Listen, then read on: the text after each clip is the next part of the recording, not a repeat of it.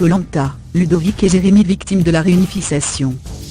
Ce soir dans Koh-Lanta, ce sont Jérémy et Ludovic qui ont été éliminés.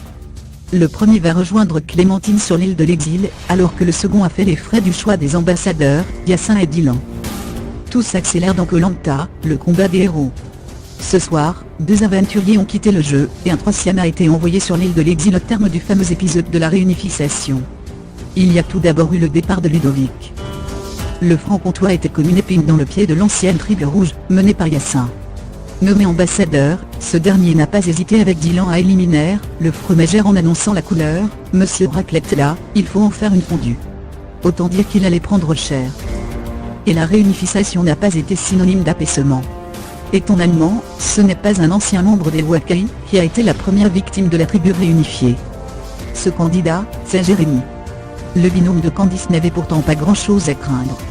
Très discret sur le camp, il aurait pu regarder de loin Nathalie et tirer vers elle tous les votes de la nouvelle tribu.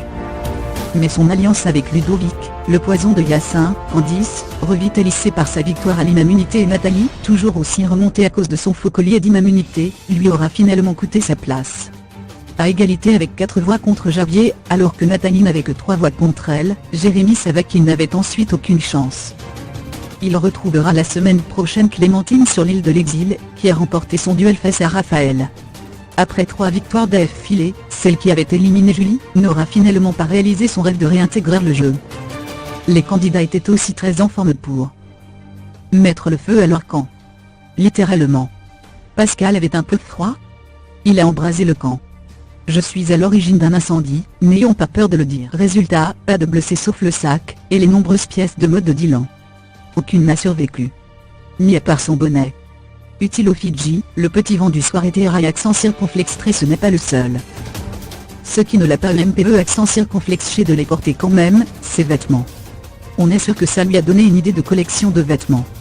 Collection, j'ai survécu à un incendie et je suis même pas pompier, là. Sortir des proverbes, le petit soldat peut sauver un grand colonel. Réveiller des peurs enfouies. Clémence, tout à fait sérieuse, parlait des ambassadeurs pendant qu'une araignée blanche plus que douteuse, se baladait allègrement sur ses cheveux. Les caméramans ont zoomé, mais, comme des personnages Disney à Disneyland, ils n'ont rien dit. Chut. Se défendre à l'arrache, comme Yassin. Le faux collier, honnêtement c'était tellement gros, je pensais pas qu'elle allait tomber dans le panneau. La mini-poésie du jour, par Alban. L'épreuve d'immunité, c'est mon dépucelage de la réunification, je ne l'ai jamais fait.